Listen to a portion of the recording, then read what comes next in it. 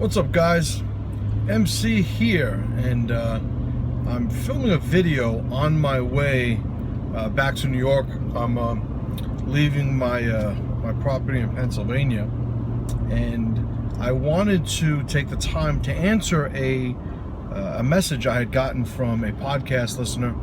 This gentleman, I've never met him in person, but he sent me a message, and paraphrasing somewhat, he said, hey MC, I listen to the podcast, I appreciate the stuff you put out, and he had asked me for advice. He said that he's a young man, he's in his mid-20s. He said, I have a beautiful girlfriend, beautiful home, basically a beautiful life, but he said he's running into an issue. And his issue is one that happens to be pretty near and dear to my heart, and one that I very much was afflicted by early on in my life, and still, admittedly, I'm constantly trying to sort of mitigate and manage, and that is anger. It's anger not only in the people around me, but it's a mood that takes you over, and he used the word hate, he used the word depression, right? A lot of people will say, they won't say that they're dealing with depression, but they'll say they're stressed, they're operating at a high stress level. And when you start being honest with yourself, you realize that a lot of times you're talking about the same thing, and you're being affected by it the same way. This inability to sort of control extreme reactions, emotional reactions to certain situations. So I get it. I certainly get it, and I think that's worth mentioning.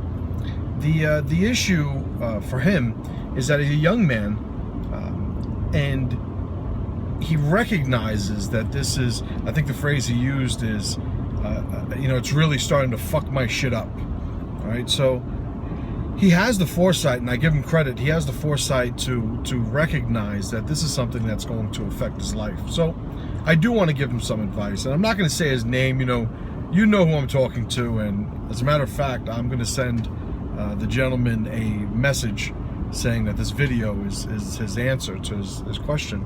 But I thought, more people on the site and more people that listen to the Pressure Project, would be able to benefit from this. So for the most part, I'm the tribe guy, right? So I'm the guy who's developed the loyalty matrix. I have the site, I have the video program. I'm currently finishing up, I say finishing up, probably about halfway through a book on tribe that I've been writing for a bit.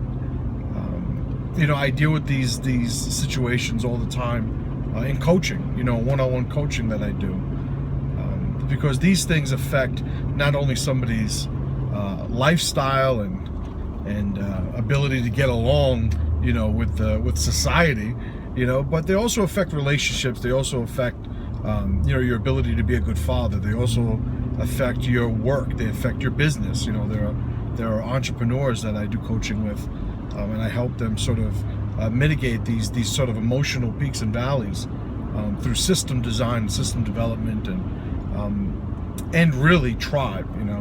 And that's my probably best answer to give this gentleman. You need to find who your tribe is. Now, I'm not saying that you don't have a tribe. The guy, everything that he's saying that's positive about him, guys like that tend to be people who, do have friends, do have a circle of connections. But one of the things that, when you look at the loyalty matrix, one of the things that I'm always sort of trying to drive home is the need to be congruent with the tribe's mission. And right now, what you're showing, what you're exhibiting, is the illustration that you and your tribe are on different missions. There needn't be a value judgment of whose mission is better or worse, but you need to sort of make congruent what that is. One of the things about having a strong tribe functionally is that you surround yourself with people, when you are in the same mission, you surround yourself with people who have the ability to check you, right? One of the things I say to my coaching clients is, find people you trust, but then the second step, which is probably a lot more difficult, you have to actually trust them, right? It's one thing to say, you know, I trust this guy with my life. It's another thing to actually put your life in his hands, right? So that is why tribe is so important, because we'll have situations, and I found this is often the case, where we're suffering from some sort of scenario, predicament, that is seemingly overwhelming to us. But if somebody in our tribe that we cared about, that we legitimately cared about, came and asked us what to do in that same situation, we would have such a productive, well thought out, non-emotional answer. And the answer would reflect something that is congruent with the tribe's mission, congruent with the tribe's identity. And that's why it's so important, you know? So how do you develop a tribe like that? Well, first, if you do have a tribe, if you have this group of individuals who you consider to be, you know, your tribesmen, your brothers and sisters are close to you, you have to start putting out there those parts of the identity that you feel you're suffering from. You need to talk to them. You need to have these conversations. You need to find, because you could very well put yourself in a situation where you're like, listen, I'm walking on edge all day and I don't know, you know, how to sort of calm my ass down. I feel like I'm snapping on everybody. And you could share that with the people around you. And you could notice, because you put this out there, that every single one of them supports that type of behavior, you know, and it happens, you know.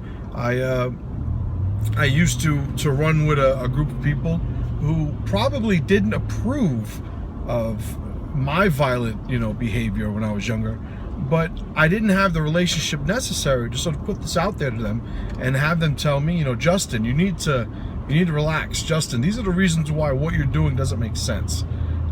Or probably more powerfully still, have a group of people you care about, that you want to be around, whose company and brotherhood you enjoy.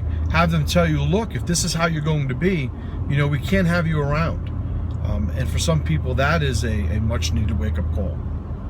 So my advice to you, sir, is, number one, put out what you're struggling with the people you care about. If you are amongst a group of people that you cannot share these things with, then it makes sense. And I truly believe that you need to maybe self-reflect a bit on who you're surrounding yourself with. Because there is a synergy, a power to be found in tribe. But if you're somebody who does not believe or participate in the rituals that produce that synergy, you're never going to get the benefit that the tribe is going to provide for you. If you are somebody without a tribe, let's deal with that, you know, scenario, because I don't think that you, sir, you know, suffer from not having any friends, but who knows, somebody may be listening and that might be their case, their circumstances. I would say you need to start going out of your comfort zone and finding and connecting with people that are doing the things that represent the virtues that you are trying to make your life congruent to. Whether it be, you know, going out and joining a weightlifting gym, joining a hunting club, joining a martial arts school. It could be, hey, find an author of a book you believe in and go out and find people who like that book. Start a book club. Off the top of my head, I am driving now, right? But the whole thing is, nobody's going to do it for you, and chances are people showing up doing it for you, it's probably not worth much to begin with. It's pressure to power, right? So it's tough, man. It's tough when that pressure's hitting you, but it's tough like lifting, you know, squatting 500 pounds is tough. It's tough like running a marathon's tough. It's tough like surviving in the woods for a month is tough. It's tough like everything else that makes you powerful is tough, all right? So you'll get through this. Understand you're not alone. You're never alone. But it's up to you to sort of make use of those connections that are out there. All right, brother? I'm pulling for you. I know you'll come out of this, you know, more powerful than you were before. And thank you for your question, your email. So to you and everybody else listening, as always, pressure to power.